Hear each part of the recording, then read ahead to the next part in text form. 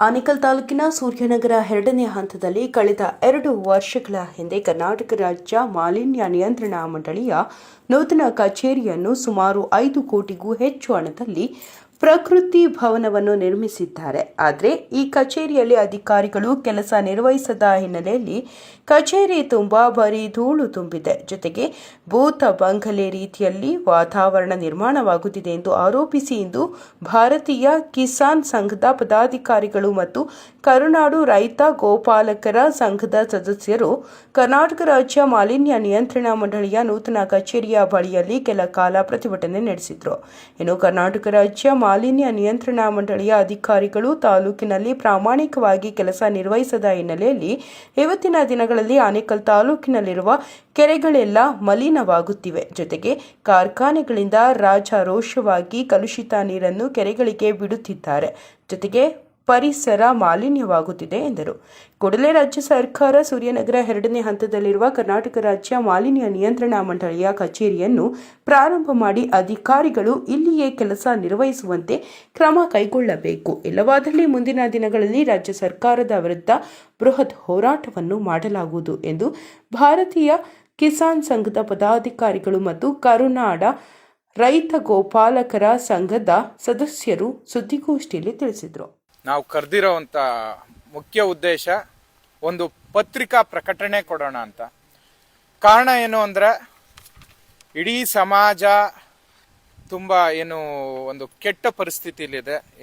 ನಮ್ಮ ಆನೇಕಲ್ ತಾಲೂಕು ಅದರಲ್ಲೂ ಮುಖ್ಯವಾಗಿ, ಯಾಕಂದರೆ ನಮ್ಮ ತಾಲೂಕಲ್ಲಿ ನಮ್ಮ ರೈತರು, ನಮ್ಮ ಸಮಾಜ, ನಮ್ಮ ಮುಂದಿನ ಜನಾಂಗ ತುಂಬ ಯಾವ ರೀತಿ ವಿಷಮ ಪರಿಸ್ಥಿತಿಯಲ್ಲಿದೆ.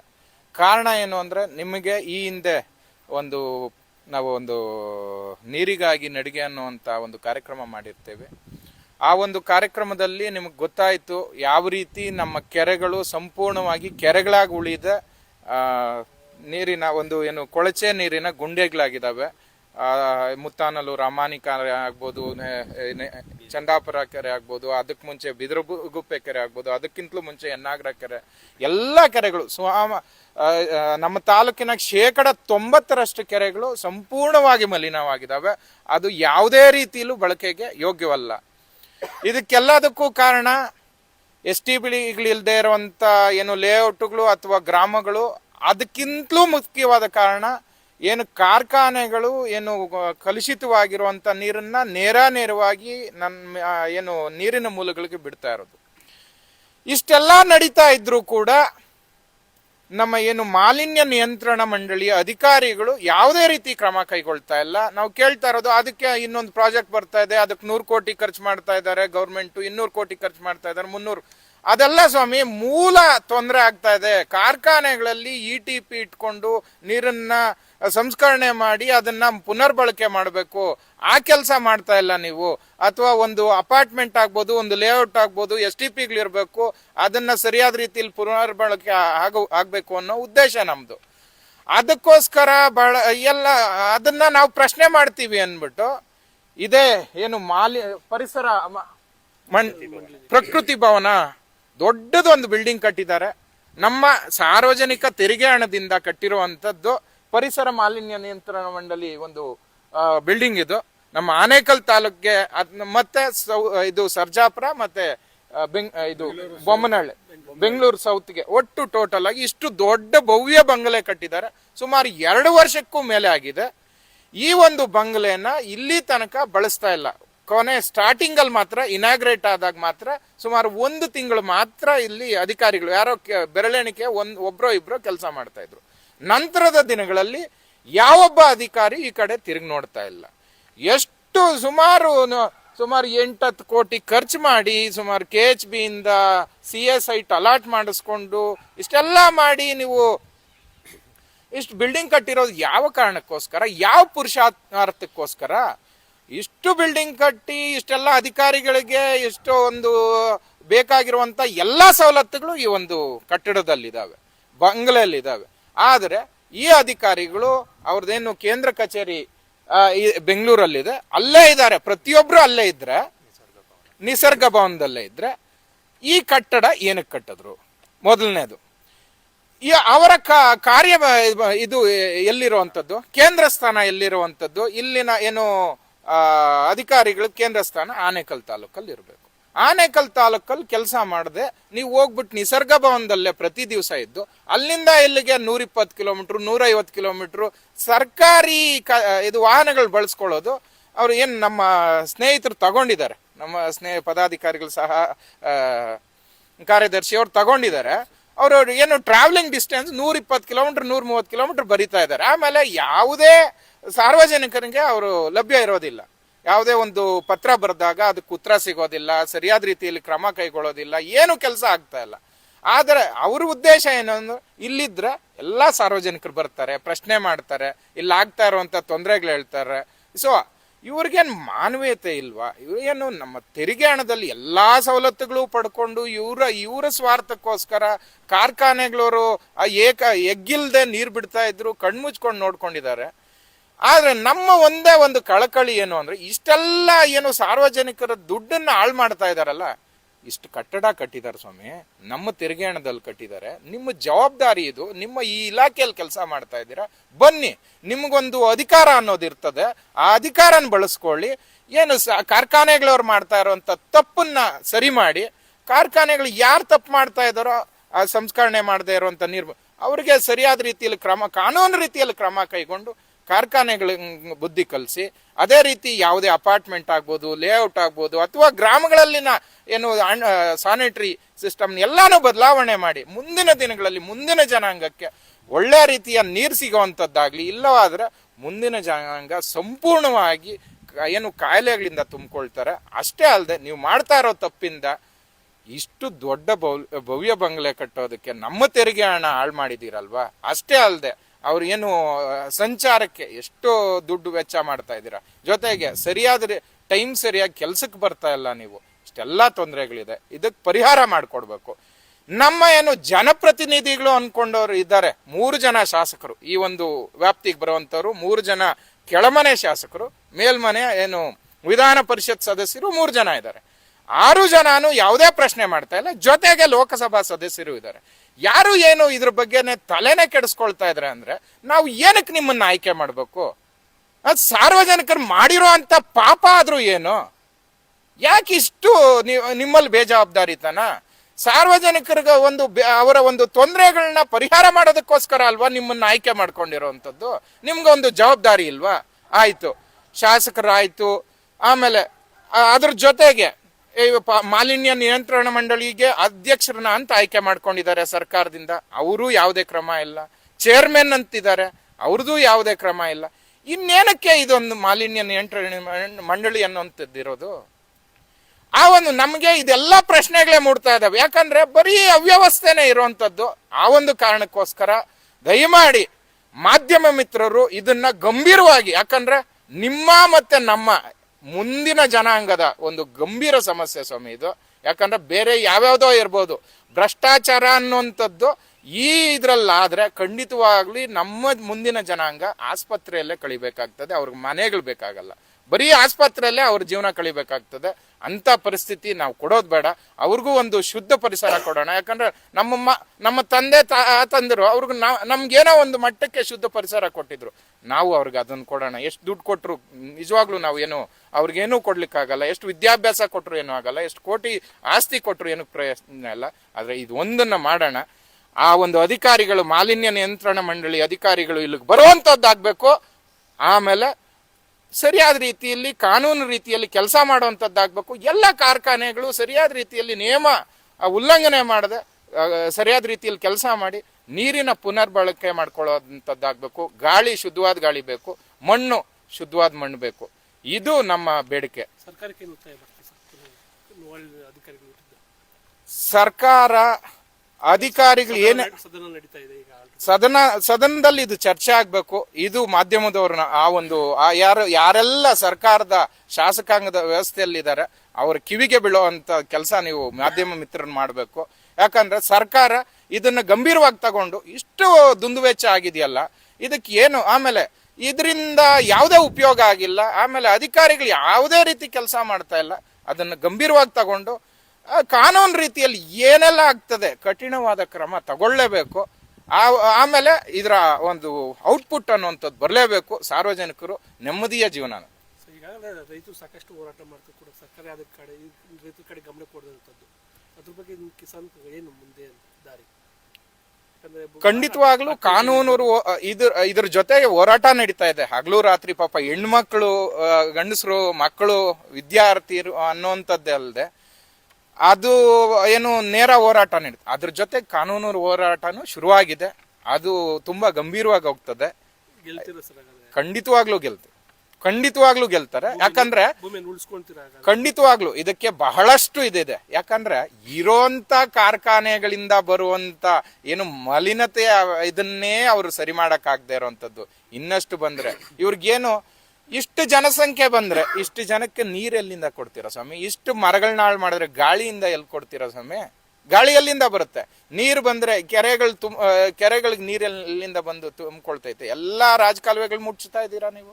ನಿಮ್ಮ ಅಧಿಕಾರಿಗಳು ಏನು ಸಣ್ಣ ನೀರಾವರಿಗೆ ಅವರು ಕೆಲಸ ಮಾಡ್ತಾ ಇಲ್ಲ, ಪರಿಸರ ಮಾಲಿನ್ಯ ನಿಯಂತ್ರಣ ಮಂಡಳಿ ಅವರು ಕೆಲಸ ಮಾಡ್ತಾ ಇಲ್ಲ, ಕಂದಾಯ ಇಲಾಖೆಯವರಂತೂ ಕೇಳೋದೇ ಬೇಕಾಗಿಲ್ಲ. ಯಾಕಂದ್ರೆ 16 ಜನನ ಈಗಲೇ FIR ಆಗಿ ಅವರು ಕೆಲಸ ಮಾಡೋದಕ್ಕೆ ಒಬ್ರು ಇಲ್ಲ ಅಲ್ಲಿ ಅಧಿಕಾರಿಗಳು.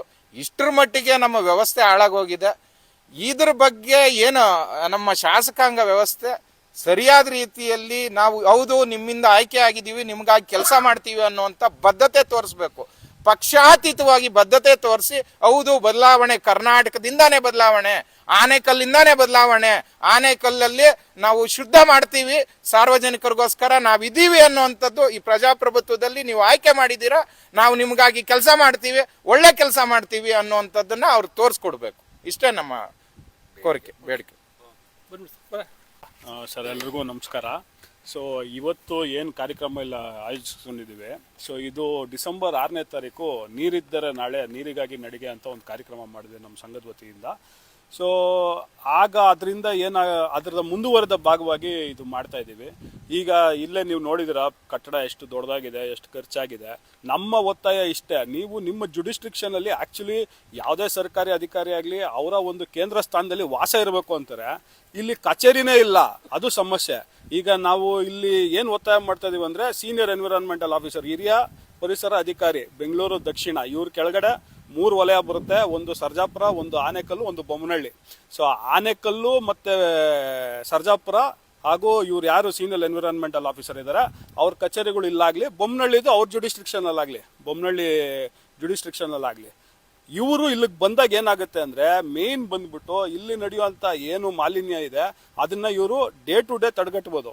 ಇವರು ನಮಗೆ ಮಾಲಿನ್ಯ ಆಗಿರೋ ನೀರನ್ನು ಕುಡಿಯೋದಕ್ಕೆ ಬಿಟ್ಬಿಟ್ಟು ಇವ್ರು ಹೋಗಿ ಅಲ್ಲಿ ಸಿಟಿಯಲ್ಲಿ BWSSB ಕೊಡೋ ಕಾವೇರಿ ನೀರನ್ನು ಕುಡ್ಕೊಂಡು ಇವರು ಜಮ್ಮು ಅಂತ ಖುಷಿಯಾಗಿ ಶಿವಾಜಿನಗರದಲ್ಲಿ ಇದಾರೆ. ಈಗ ನಮಗೆ ಇವರು ಶಿವಾಜಿನಗರಕ್ಕೆ ಹೋಗಕ್ಕಾಗಲ್ಲ ಸರ್, ಹುಡ್ಕೊಂಡು ನಮ್ಗೆ ಇಲ್ಲಿ ಬರ್ಬೇಕು. ಅವರು ರಾಜಾಜಿನಗರದಲ್ಲಿ ಇದ್ದಾರೆ. ಅವರು ಈಗ ಇಲ್ಲಿಗೆ ಬರಬೇಕು. ಇಲ್ಲಿಗೆ ಬಂದು ಕುತ್ಕೊಂಡು ಅವರ ಕಾರ್ಯ ವ್ಯಾಪ್ತಿ ಏನಿದೆ, ಅವ್ರ ಕೇಂದ್ರ ಸ್ಥಾನ ಏನಿದೆ ಅಲ್ಲಿ ಕೂತ್ಕೊಂಡು ಅವರ ಕಚೇರಿ ನಡೆಸಿ ಅವ್ರು ಮಾಡ್ಕೊಂಡು ಹೋಗ್ಲಿ. ಇನ್ನು ನಾವು ರಾಜಕೀಯ ನಾಯಕರಿಗೆ ಹೇಳೋ ಹಂಗಿದ್ರೆ ನೀವು ಒಬ್ಬರ ಮೇಲೆ ಒಬ್ರು ಕೆಸರು ಚಾಟ್ಕೊಂತೀರಾ. ಇವಾಗ BJP ಅವ್ರಿಗೆ ಕಾಂಗ್ರೆಸ್ ಅಲ್ಲಿ ನಡೆಯೋ ಕುರ್ಚಿ ಕಾದಾಟ ಹೆಚ್ಚು ಒತ್ತು ಕೊಡುತ್ತೆ, ಅದನ್ನೆಲ್ಲ ಬಿಟ್ಬಿಡಿ. ಇವಾಗ ಕಾಂಗ್ರೆಸ್ ಅವರು ಅಷ್ಟೇ, ನೀವು ಟನಲ್ ರಸ್ತೆ ಮಾಡಕ್ ಹೋಗ್ತೀರಾ, ಟನಲ್ ರಸ್ತೆ ಮಾಡೋ ಬದಲು ಪರಿಸರ ಉಳಿಸಿ, ಜನಕ್ಕೆ ಪರಿಸರದಿಂದ ಏನಾದ್ರು ಉಪಯೋಗ ಆಗ್ಲಿ. ಇವಾಗ ಟನಲ್ ಪ್ರಾಜೆಕ್ಟ್ಗೆ ಹಾಕೋ ಕಾಸನ್ನ ಏನಿದೆ, ಇವಾಗ ನಮ್ಮ ತಾಲೂಕಿನ ಮಾಲಿನ್ಯ ನಿಯಂತ್ರಣ ಮಾಡಿದ್ರೆ ಎಷ್ಟೋ ಅದರಲ್ಲಿ ಬರೋ ಅಂತ ಒಂದು 25% ಕಾಲ್ಭಾಗ ಕಾಸಲ್ಲಿ ನೀವು ಈ ಆನೆಕಲ್ಲಲ್ಲಿ ಮಾಲಿನ್ಯ ತೆಗೆದಾಕ್ಬೋದು. ಇನ್ನೂ ಒಂದು ಕೆರೆಗಳು ತುಂಬಾ ಮುಖ್ಯ. ಯಾಕೆ ಅಂದ್ರೆ ನಾವು ಒಂದು ಜೀವನಾಡಿ ಆಗಿರುವಂತ ನೀರನ್ನ ನಾವು ಬಳಕೆ ಮಾಡ್ತೀವಿ. ಅದೇನಿದ್ರು ಮೇಲ್ಪರ್ದೆಯ ನೀರು ನಮಗೆ ತುಂಬಾ ಮುಖ್ಯವಾಗುತ್ತೆ. ಮೇಲ್ಪರ್ದೆಯ ನೀರು ನಮ್ಗೆ ಕಲುಷಿತ ಆಗೋಯ್ತು. ಹಾಗಾಗಿ ಏನ್ ಮಾಡಿದ್ವಿ, ನಾವು ಬೋರ್ವೆಲ್ ಕೊರೆದು ಎಲ್ಲೋ ಕೆಳಗಡೆ ಅಂತರ್ಜಲ ತಗೊಂಡು ನಾವು ಮೇಲಕ್ಕೆ ಉಪಯೋಗ ಮಾಡ್ಕೊಂತ ಇದ್ವಿ. ಇವಾಗ ಕೆಲವು ಕಂಪ್ನಿಗಳು ಏನ್ ಮಾಡ್ತಿದಾರೆ, ಅಂತರ್ಜಲನೂ ಹಾಳು ಮಾಡ್ತಿದಾರೆ. ರಿವರ್ಸ್ ಬೋರಿಂಗು, ಟ್ರೀಟೆಡ್ ವಾಟರ್ ಏನ್ ಬರ್ತದೆ, ಇನ್ನೊಂದು ಮತ್ತೊಂದು ಎಲ್ಲ ಎತ್ಕೊಂಡು ಅವರು ಬೋರ್ಗಳಲ್ಲಿ ಒಳಗಡೆ ಬಿಡ್ತಿದ್ದಾರೆ. ಇನ್ನು ನಾವು ಸ್ಥಳೀಯ ಸಂಸ್ಥೆಗಳು, ಪಂಚಾಯತಿಗಳಾಗಿರ್ಬೋದು, ಪುರಸಭೆಗಳಾಗಿರ್ಬೋದು, ನಗರಸಭೆಗಳಾಗಿರ್ಬೋದು, ಯಾರು ಕಂಪ್ಲೇಂಟ್ ಮಾಡಿದ್ರು ಇವಾಗ ಈ KDB ಅಲ್ಲಿ ಇರೋಂತ ಒಂದು ಕ್ಲಾಸ್ ಇಟ್ಕೊಂಡ್ ಬರ್ತಾರ ಅವರು. ಅವ್ರಿಗೆ ನಿಮ್ಗೆ ಅಧಿಕಾರ ಇಲ್ಲ. ಮೊನ್ನೆ ಹೈಕೋರ್ಟ್ನು ಒಂದು ಇದು ಕೊಡ್ತು, ಏನು ಸ್ಥಳೀಯ ಸಂಸ್ಥೆಗಳಿಗೆ KDB ನಿವೇಶನಗಳ ಬಡಾವಣೆಗಳಲ್ಲಿ ಹಕ್ಕಿರೋದಿಲ್ಲ ಅಂತ. ಸೊ ಇವಾಗ ಅದನ್ನ ಇಟ್ಕೊಂಡು ಹಾಗಾಗಿ ಇವಾಗ ನಮ್ಮ ಬೊಮ್ಮಸಂದ್ರ ಇಂಡಸ್ಟ್ರಿಯಲ್ ಏರಿಯಾ ಆಗಿರ್ಬೋದು, ಅವರೇ ಒಂದು ಅಸೋಸಿಯೇಷನ್ ಮಾಡ್ಕೊಂಡು ಅವರೇ ನಡೆಸ್ತಾ ಇದ್ದಾರೆ. ಎಲೆಕ್ಟ್ರಾನಿಕ್ ಸಿಟಿನೂ ಅಷ್ಟೇ ಅವರೇ ನಡೆಸ್ತಾ ಇದ್ದಾರೆ. ನೀವು ನಡೆಸಿ ಎಲ್ಲ ನಿಮಗೆ ಒಂದು ಝೋನ್ ಮಾಡಿಕೊಂಡು ನಿಮ್ಮ ಒಂದು ಝೋನ್ ನೀವು ಅಭಿವೃದ್ಧಿ ಮಾಡ್ಕೋಬೇಕಾದ್ರೆ ನೀವು ಅನ್ಟ್ರೀಟೆಡ್ ವಾಟರ್ನ, ಪರಿಷ್ಕರಿಸಿದ ನೀರನ್ನ ನೀವು ಯಾಕೆ ಆಚೆ ಬಿಡ್ತೀರಾ? ನೀವು ಬಿಡಬೇಡಿ, ನೀವು ಅದನ್ನು ಅಲ್ಲೇ ಇಟ್ಕೊಳ್ಳಿ. ನಮ್ಮ ಕೆರೆಗಳು, ನಮ್ಮ ಕಾಲುವೆಗಳಿಗೆ ಯಾಕೆ ಬಿಟ್ಟು ಹಾಳು ಮಾಡ್ತಿದ್ದೀರಾ? ನಮ್ಮ ಕುಡಿಯೋ ನೀರನ್ನ ಯಾಕೆ ಹಾಳು ಮಾಡ್ತಿದ್ದೀರಾ ನೀವು? ಇದು ನಮ್ಮ ಒತ್ತಾಯ. ಇನ್ನು ಯಾರೇ ರಾಜಕೀಯ ವ್ಯಕ್ತಿಗಳಾಗಿರ್ಬೋದು, ಸಂಸದರಾಗಿರ್ಬೋದು, ಶಾಸಕರಾಗಿರ್ಬೋದು, ಎಲ್ಲರೂ ಅಷ್ಟೇ. ಮುಖ್ಯವಾಗಿ ಇವಾಗ ಸೆಷನ್ಸ್ ನಡೀತಾ ಇರೋದ್ರಿಂದ ಇದ್ರ ಬಗ್ಗೆ ಮಾತಾಡಬೇಕು, ಇದ್ರ ಬಗ್ಗೆ ನಿರ್ಧಾರ ತಗೋಬೇಕು. ನಮ್ಮ ಸೆಷನ್ಗಳಲ್ಲಿ ಈ ರೀತಿಯ ಒಂದು ಚರ್ಚೆಗಳಾಗಬೇಕೇ ಹೊರತು ನಾವು ಯಾವುದೋ ರಸ್ತೆ ಮಾಡ್ತೀವಿ, ರಸ್ತೆ ಗುಂಡಿಗಳು ಅವು ಕರೆಕ್ಟೇ, ಬಟ್ ಮುಖ್ಯವಾದ ಚರ್ಚೆ ಮಾಲಿನ್ಯದ ಬಗ್ಗೆ ಚರ್ಚೆ ಆಗಬೇಕು. ಮಾಲಿನ್ಯ ನಿಯಂತ್ರಣ ಅನ್ನೋದು ತುಂಬ ಮುಖ್ಯ. ಸೊ ಇದು ನಡಿಬೇಕು ಅನ್ನೋದು ನಾನು ಅಣ್ಣ ಬಂದ್ಬಿಡ್ರಣ್ಣ. ನಮಸ್ಕಾರ. ಮಾಧ್ಯಮ ಸ್ನೇಹಿತರಿಗೆ ತುಂಬ ನಮ್ಮ ಕಿಸಾನ್ ಸಂಘದ ವತಿಯಿಂದ ತುಂಬ ಧನ್ಯವಾದಗಳು. ಈಗ ನಾವು ಪರಿಸರನ ಉಳಿಸಿದ್ರೆ ನಾವು ಮುಂದಿನ ಪೀಳಿಗೆಗೆ, ಮಕ್ಕಳಿಗೆ ಪರಿಸರನ ಉಳಿಸೋದು ನಮ್ಮ ಮುಖ್ಯ ಉದ್ದೇಶ. ಇಲ್ಲಿ ನಮ್ಮ ಸರ್ಕಾರ ಪೊಲ್ಯೂಷನ್ ಕಂಟ್ರೋಲ್ ಬೋರ್ಡ್ ಏನು ಮಾಡಿದೆ, ಇದು ಪೊಲ್ಯೂಷನ್ ಕಂಟ್ರೋಲ್ ಮಾಡ್ತಾ ಇಲ್ಲ, ಪೊಲ್ಯೂಷನ್ ಜಾಸ್ತಿ ಮಾಡ್ತಾ ಇದೆ. ಈಗ ನಮ್ಮ ಸ್ನೇಹಿತರು ಕೆರೆಗಳ ಬಗ್ಗೆ ಮತ್ತು ಕಾರ್ಖಾನೆಗಳ ತ್ಯಾಜ್ಯನ ಕೆರೆಗಳಿಗೆ ಬಿಟ್ಟಿರ್ತಕ್ಕಂಥದ್ರ ಬಗ್ಗೆ ಮಾತಾಡಿದರು. ನಾವು ಕಿಸಾನ್ ಸಂಘದಿಂದ ಒಂದು ಕರ್ನಾಟಕ ಉಚ್ಚ ನ್ಯಾಯಾಲಯದಲ್ಲಿ ಒಂದು ಸಾರ್ವಜನಿಕ ಹಿತಾಸಕ್ತಿ ಅರ್ಜಿಯನ್ನು ಹಾಕಿದ್ವಿ. ಪ್ರತಿ ತಿಂಗಳು ಮೀಟಿಂಗ್ ಕರೀಬೇಕು ಅಂತ ಕೋರ್ಟ್ ಆದೇಶ ಇದೆ. ಆದರೆ ಜಿಲ್ಲಾಧಿಕಾರಿಗಳು 2.5 ವರ್ಷ ಆಯಿತು ಏನೋ ಮೀಟಿಂಗ್ ಕರೆದು, ಇದುವರೆಗೂ ಮೀಟಿಂಗ್ ಕರೀಲ್ಲ. ಸುಮಾರು ಒಂದು 3-4 ಸರಿ ನಾವು ಹೋಗಿ ಅರ್ಜಿಗಳನ್ನ ಕೊಟ್ಬಿಟ್ಟು ಬಂದಿದ್ದೀವಿ. ಲಾಸ್ಟ್ ವೀಕೆಲ್ಲ ಕೊಟ್ಬಿಟ್ಟು ಬಂದಿದ್ದೀವಿ. ಆದರೆ ಇವರು ಕರ್ನಾಟಕ ಉಚ್ಚ ನ್ಯಾಯಾಲಯದ ಆದೇಶನ ತಿಕ್ಕದ ಕೆಳಗಡೆ ಹಾಕ್ಕೊಂಡು ಬಿಸಾಕಿದ್ದಾರೆ. ಸೊ ನಮ್ಮ ಕಿಸಾನ್ ಸಂಘದ ವತಿಯಿಂದ ಈಗ ಏನೋ ಒಂದು ಪರಿಸರನ ಉಳಿಸೋದಕ್ಕೆ ಒಂದು ನಾವು ಹೋರಾಟ ಮಾಡ್ತಾ ಇದ್ದೀವಿ. ಇದನ್ನು ಮಾಧ್ಯಮ ಸ್ನೇಹಿತರ ಮುಖಾಂತರ ಸರ್ಕಾರಕ್ಕೆ ತಿಳಿಸ್ಬೇಕು ಅಂತ ನಮ್ಮ ವಿನಂತಿ. ಹಾಗೂ ಈಗ ಗ್ರೀನ್ ಬೆಲ್ಟಲ್ಲಿ ಮೊದಲು ಕಾರ್ಖಾನೆಗಳಿಗಾಗಲಿ ಬಡಾವಣೆಗಳಿಗಾಗಲಿ ಅನುಮತಿ ಕೊಡ್ತಾ ಇರಲಿಲ್ಲ. ಈಗಾಗಲೇ ಸುಮಾರು ಗ್ರೀನ್ ಬೆಲ್ಟ್ ಜಾಗನ ಎಲ್ಲ ಚೇಂಜ್ ಆಫ್ ಲ್ಯಾಂಡ್ ಮಾಡಿ ಕಾರ್ಖಾನೆಗಳು ಮತ್ತು ಬಡಾವಣೆಗಳನ್ನ ಕಟ್ಟೋದಕ್ಕೆ ಅನುಮತಿ ಕೊಡ್ತಾ ಇದ್ದೀರಾ. ಆದರೆ ಪರಿಸರನ ಉಳಿಸೋದಕ್ಕೆ ಯಾವುದೇ ರೀತಿ ಕ್ರಮ ಕೈಗೊಳ್ತಾ ಇಲ್ಲ. ಈಗ ಗ್ರೀನ್ ಬೆಲ್ಟಲ್ಲಿ ಸುಮಾರು ಉಸ್ಕೂರು ಪಂಚಾಯತಿನಲ್ಲಿ ಸುಮಾರು ಒಂದು 7-8 ಸಿಮೆಂಟ್ ರೆಡಿ ಮಿಕ್ಸ್ ಕಾಂಕ್ರೀಟ್ ಘಟಕಗಳನ್ನು ಮಾಡಿದ್ದಾರೆ. ಅದರಲ್ಲಿ ಬರೋ ಧೂಳು ರೈತರ ಬೆಳೆಗಳ ಮೇಲೆ ಕುಂತ್ಕೊಂಡು ಫೋಟೋಸಿಂಥಸಿಸೇ ನಿಂತೋಗಿ ಪ್ರೊಡಕ್ಷನ್ನೇ ಕಮ್ಮಿ ಆಗ್ತಾ ಇದೆ. ಇದ್ರ ಬಗ್ಗೆ ನಾವು ಸುಮಾರು ಸರಿ ನಾವು ಪೊಲ್ಯೂಷನ್ ಕಂಟ್ರೋಲ್ ಬೋರ್ಡ್ ಅವ್ರಿಗೆ ಅರ್ಜಿ ಕೊಟ್ವಿ. ಅವರು ಬಂದು ಒಳಗಡೆ ಹೋಗ್ತಾರೆ. ಒಳಗಡೆ ಹೋಗಿ ಇವರು ಮಿಂಗಲ್ಲಾಗಿ ಈಚೆ ಬಂದು ನಾವು ನೋಟಿಸ್ ಕೊಟ್ಟಿದ್ದೀವಿ ರೀ, ನಮ್ಮ ಕೆಲಸ ಅಷ್ಟೇ ಅಂತ ಹೇಳಿಬಿಟ್ಟು ಹೋಗ್ತಾರೆ. ಮಾನ್ಯ ಡಾಕ್ಟರ್ ಯಲ್ಲಪ್ಪ ರೆಡ್ಡಿ ಅವರು ಹೇಳ್ತಾರೆ, ಆ ಸಿಮೆಂಟು ಧೂಳು ಮನುಷ್ಯರ ಶ್ವಾಸಕೋಶಕ್ಕೆ ಹೋದರೆ ಅದರಿಂದ ಎಷ್ಟು ತರಹ ಕ್ಯಾನ್ಸರ್ಗಳು ಬರುತ್ತೆ ಅಂತ ಎಲ್ಲರಿಗೂ ಗೊತ್ತು. ಆದರೂ ಕೂಡ ನಮ್ಮ ಪೊಲ್ಯೂಷನ್ ಕಂಟ್ರೋಲ್ ಬೋರ್ಡ್ ಏನಿದೆ, ಇವರು ನಾಮಕಾವಸ್ಥೆಗೆ ಇವರು ಸಂಬಳ ತೆಗೆದುಕೊಂಡು ಇವರು ಮಕ್ಕಳು ಮರಿನ ಯಾವ ರೀತಿ ಸಾಕ್ತಾ ಇದ್ದಾರೆ ಅಂತ ನಮಗಂತೂ ಅರ್ಥ ಆಗಿಲ್ಲ. ದೇಶಕ್ಕೆ, ಸಮಾಜಕ್ಕೆ, ಭೂಮಿಗೆ ಒಂದು ಚೂರು ಒಳ್ಳೇದಾದರೂ ಮಾಡಿ ನಿಮ್ಮ ಸಂಬಳನ ನಿಮ್ಮ ಮಕ್ಕಳು ಮರಿಗೆ ಮೈ ಹಿಡಿಯೋ ಹಂಗೆ ಮಾಡಿ. ಆಗ ನಾವು ನಮ್ಮ ತಾಲೂಕಿನಲ್ಲಿ ಸುಮಾರು ಕಾರ್ಖಾನೆಗಳಿದೆ. ಈಗ ನಾವು ಒಂದು ಸುಮಾರು 3-4 ವರ್ಷದ ಹಿಂದೆ ಬಯೋಕಾನ್ಗೆ ಹೋಗಿದ್ವಿ. ನಾರಾಯಣ ಹೃದಯಾಲಯಗೆ ಪೊಲ್ಯೂಷನ್ ಕಂಟ್ರೋಲ್ ಬೋರ್ಡ್ ಅವರು ಆದೇಶ ಮಾಡಿದ್ರು, DC ಅವರು ರೈತರನ್ನ ಕರ್ಕೊಂಡು, ಕಿಸಾನ್ ಸಂಘದವ್ರನ್ನ ಕರ್ಕೊಂಡು ನಾರಾಯಣ ಹೃದಯಾಲಯಗೆ ಮತ್ತು ಬಯೋಕಾನ್ಗೆ ಎಲ್ಲ ಇನ್ಸ್ಪೆಕ್ಷನ್ ಮಾಡಿ ಅಂತ ಹೇಳಿದ್ರು. ನಾವು ಹೋದರೆ ಪೊಲ್ಯೂಷನ್ ಕಂಟ್ರೋಲ್ ಬೋರ್ಡ್ ಹೋದಾಗ ಮಾತ್ರ ಎಲ್ಲ STP ಘಟಕಗಳು ಎಲ್ಲ ಸಿಸ್ಟಮ್ ನಡೀತಾ ಇರ್ತದೆ. ಅವ್ರು ಈಚೆ ಬಂದಮೇಲೆ ಆ ಕಡೆ ಒಳಗಡೆಯಿಂದ ಬರ್ತಕ್ಕಂಥ ತ್ಯಾಜ್ಯದ ನೀರು ಕಲರು ಡಿಫ್ರೆಂಟ್ ಆಗಿಬಿಡ್ತದೆ. ಸೊ ಎಲ್ಲ ನಾಮಕಾವಸ್ಥೆಗೆ ಮಾಡ್ತಾ ಇದ್ದಾರೆ. ಮತ್ತು ಡಾಕ್ಟರ್ ಯಲ್ಲಪ್ಪ ರೆಡ್ಡಿ ಅವರು ಹೇಳ್ತಾರೆ, ಕಾರ್ಖಾನೆಗಳಿಂದ ನೀರನ್ನು ಶುದ್ಧೀಕರಣ ಮಾಡೋದಕ್ಕೆ ಒಂದು KEBಯಿಂದ ಒಂದು ಮೀಟ್ರ್ ತೆಗೆದುಕೊಂಡಿರ್ತಾರೆ.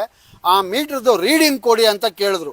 ಇದುವರೆಗೂ ಯಾವುದೇ ಅಧಿಕಾರಿ ಮೀಟಿಂಗಲ್ಲಿಗಾಗಲಿ ಇಲ್ಲ DC-ಗಾಗಲಿ ಒಂದು ಪೊಲ್ಯೂಷನ್ ಏನೋ ಒಂದು ಟ್ರೀಟ್ಮೆಂಟ್ ಪ್ಲ್ಯಾಂಟ್ ಮೀಟ್ರನ್ನ ರೀಡಿಂಗ್ ಕೊಡಲಿಲ್ಲ. ಆ ರೀಡಿಂಗ್ ಕೊಟ್ಟರೆ ಸಿಕ್ಕಾಕೊಂಡ್ಬಿಡ್ತಾರೆ ಅಂತ ಇದುವರೆಗೂ ಯಾವುದೇ ಮಾಹಿತಿ ಪೊಲ್ಯೂಷನ್ ಕಂಟ್ರೋಲ್ ಬೋರ್ಡಿಂದ DC ಆಫೀಸಲ್ಲಿ DC ಮೀಟಿಂಗ್ಗೆ ಕೊಡಲಿಲ್ಲ. ಮತ್ತು ಉಚ್ಚ ನ್ಯಾಯಾಲಯ ಹೇಳಿದೆ, ನಮಗೆ ಪ್ರತಿ ತಿಂಗಳಿಗೆ ಒಂದು ಸರ್ತಿ ನಮಗೆ ವರದಿ ಕೊಡಬೇಕು ಅಂತ. 2013ರಿಂದ ಇದುವರೆಗೂ ನಮ್ಮ ಡಿ ಸಿ ಸಾಹೇಬರು ಪೊಲ್ಯೂಷನ್ ಕಂಟ್ರೋಲ್ ಬೋರ್ಡ್ ಮುಖಾಂತರ ಇವರು ಏನು ಮಾಡ್ತಾ ಇದ್ದಾರೆ ವರದಿಗಳು, ಇದುವರೆಗೂ ಉಚ್ಚ ನ್ಯಾಯಾಲಯಕ್ಕೆ ಒಂದು ವರದಿ ಕೊಡಲಿಲ್ಲ. ಆದ್ದರಿಂದ ನಾವು ಇನ್ನು ಮುಂದಿನ ದಿನಗಳಲ್ಲಿ ನ್ಯಾಯಾಲಯಕ್ಕೆ ಹೋಗ್ತೀವಿ, ನ್ಯಾಯಾಲಯದಲ್ಲಿ ಕಂಟೆಂಪ್ಟ್ ಆಗ್ತೀವಿ. ಇವರು ಯಾವುದೇ ರೀತಿ ಪರಿಸರನ ಕಂಟ್ರೋಲ್ ಮಾಡೋದಕ್ಕೆ, ಮಾಲಿನ್ಯ ಕಂಟ್ರೋಲ್ ಮಾಡೋದಕ್ಕೆ ಇವರು ಕ್ರಮ ಜರುಗಿಸ್ತಾ ಇಲ್ಲ ಅಂತ ನಾವು ಉಚ್ಚ ನ್ಯಾಯಾಲಯದ ಮೊರೆ ಹೋಗಬೇಕು ಅಂತ ನಾವು ನಿರ್ಧಾರ ಮಾಡ್ತೀವಿ.